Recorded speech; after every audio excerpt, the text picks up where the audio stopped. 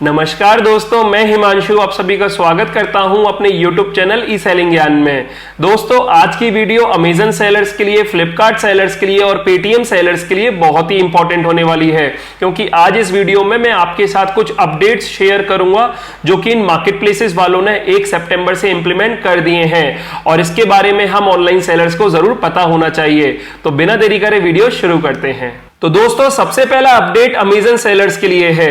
1 सितंबर से अमेजन ने अपने फीस स्ट्रक्चर में बदलाव किया है। तो अगर आप अमेजन पर ऑनलाइन सेल करते हो तो आपको इस रिवाइज्ड फीस स्ट्रक्चर के बारे में जरूर पता होना चाहिए। अमेजन ने कुछ दिन पहले एक मेल के थ्रू नोटिफाई भी किया था सेलर्स को, लेकिन मे बी अगर आपसे वो मेल इग्नोर हो गया है तो मेरा ये फर्ज बनता है कि आप लोगों को बता दूं कि 1 सितंबर से अमेजन के फीस स्ट्रक्चर में बदलाव हुआ है, जिससे कि आप अपनी जो कैलकुलेशंस वगैरह है प्राइजेस की, सेलिंग प्राइस की, वो चेंजेस कर लें उसी फीस स्ट्रक्चर के हिसाब से।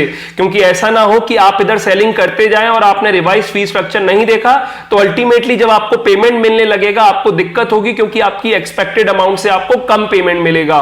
तो इसलिए मैं उसका जो लिंक है रिवाइज फीस स्ट्रक्चर का वो डिस्क्रिप्शन में दे दूंगा, आप इसमें देख सकते हैं। अगर आप इस पेज को ओपन करोगे तो अमेजन ने रेफरल फी, क्लोजिंग फी और शिपिंग फी सभी में चेंज किया है।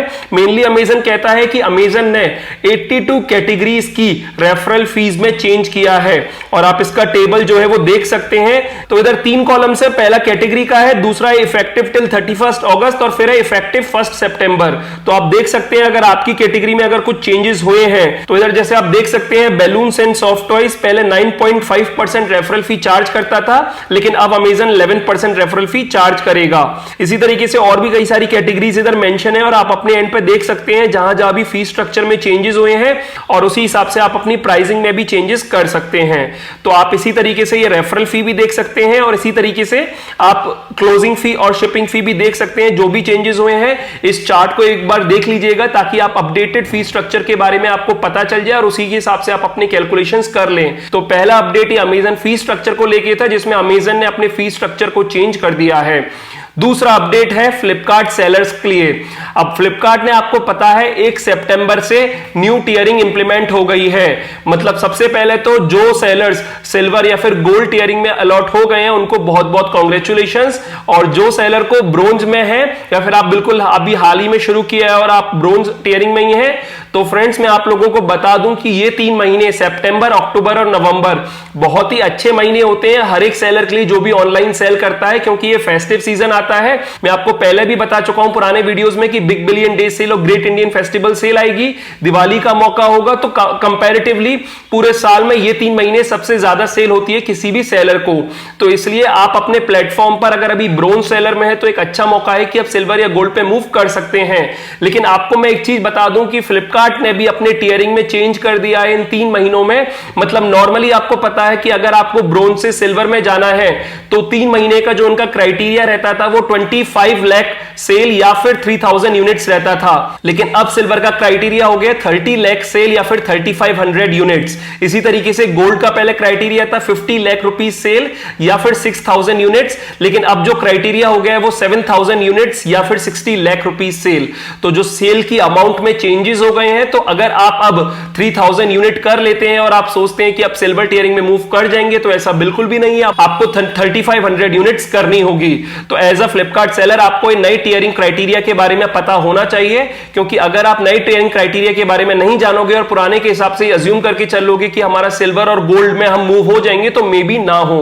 तो इसलिए आपको नई टियरिंग क्राइटेरिया के बारे में पता होना चाहिए। दूसरी चीज एक ये भी है कि हो सकता है ये जो न्यू टियरिंग क्राइटेरिया है वो इन 3 महीनों के लिए तो चेंज हो गया और बढ़ गई है, लेकिन दोबारा से दिसंबर, जनवरी, फरवरी जब नेक्स्ट ईयर आएगा तो दोबारा से वही 25 लाख और 50 लाख वाली सेल का क्राइटेरिया बन जाए। क्योंकि फ्लिपकार्ट को पता है इन 3 महीने में किसी भी सेलर की ज्यादा सेल होती है, इसलिए उन्होंने अपना क्राइटेरिया भी बढ़ा दिया है सिल्वर और गोल्ड अचीव करने के लिए। तो ये दूसरे अपडेट के बारे में अभी आपको जरूर पता होना चाहिए अगर आप फ्लिपकार्ट पर ऑनलाइन सेलिंग करते हो। तीसरा अपडेट है पेटीएम सेलर्स को लेकर। अगर आप पेटीएम पर सेल करते हो तो आपको पता होगा कि पेटीएम में अभी ये फ्लिपकार्ट की तरह गोल्ड, सिल्वर और ब्रोंज की तरह कैटेगरी डिवाइड नहीं होती थी सेलर्स की, लेकिन अब पेटीएम ने भी सेलर प्रिविलेज प्रोग्राम स्टार्ट कर दिया है। और आप इधर देख सकते हो मेल के थ्रू उन्होंने नोटिफाई किया है कि 1 सितंबर से ये प्रोग्राम स्टार्ट हो गया है और इसमें भी इन्होंने 3 टियर बनाए हैं, ब्रोंज, सिल्वर और गोल्ड, जैसा कि फ्लिपकार्ट में है।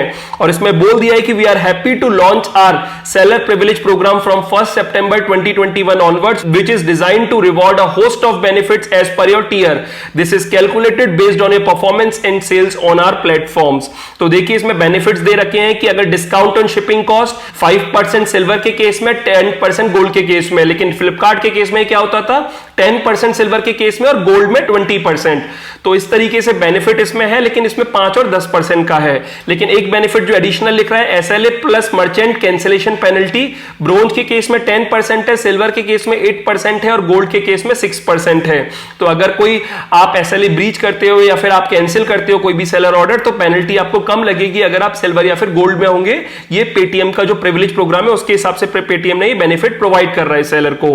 बाकी पे आउट साइकिल में काफी अच्छा कर दिया है कि नॉर्मली ब्रोंज सेलर को 7 डे में पे आउट मिल जाता था, लेकिन सिल्वर सेलर को अब 4 दिन में ही पे आउट मिल जाएगा और गोल्ड सेलर को तो सिर्फ 1 दिन में ही पे आउट मिल जाएगा।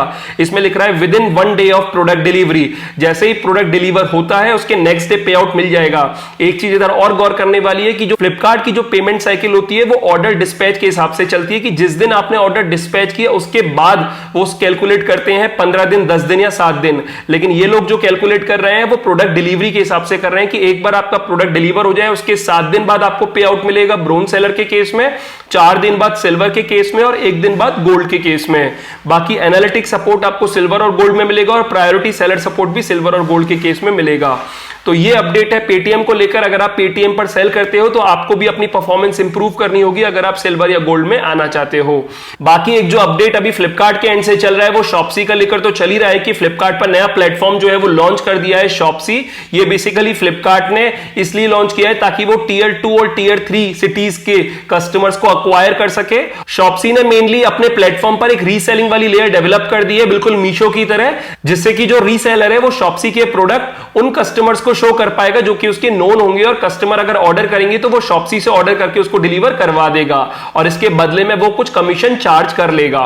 तो इस तरीके से शॉप्सी का एक प्लेटफॉर्म लॉन्च कर दिया और हम सेलर्स के लिए हम शॉप्सी पे प्रोडक्ट अभी भी फ्लिपकार्ट के बैकएंड से ही लिस्ट कर सकते हैं। जैसे फ्लिपकार्ट पर करते हैं तो वहीं पर अब ऑप्शन आने लग गया है कि क्या आपको अपने प्रोडक्ट फ्लिपकार्ट पर लिस्ट करने हैं या फिर आपको अपने प्रोडक्ट शॉप्सी पर लिस्ट करने हैं। बाकी अभी बहुत ज्यादा डिटेल में इंफॉर्मेशन अवेलेबल नहीं है शॉप्सी से रिलेटेड, लेकिन यह है कि जो ऑर्डर प्रोसेसिंग वाला पूरा प्रोसेस था, पेमेंट रिलेटेड सारा प्रोसेस था, वो बिल्कुल सेम रहेगा जैसा कि फ्लिपकार्ट में होता था। तो ज्यादा कुछ बदलाव नहीं है, फ्लिपकार्ट का ही प्लेटफॉर्म है, बैकएंड भी बिल्कुल सेम है। बस अब आपकी मर्जी होगी कि आपको अपने प्रोडक्ट शॉप्सी पर लिस्ट करने हैं या फिर फ्लिपकार्ट पर लिस्ट करने हैं।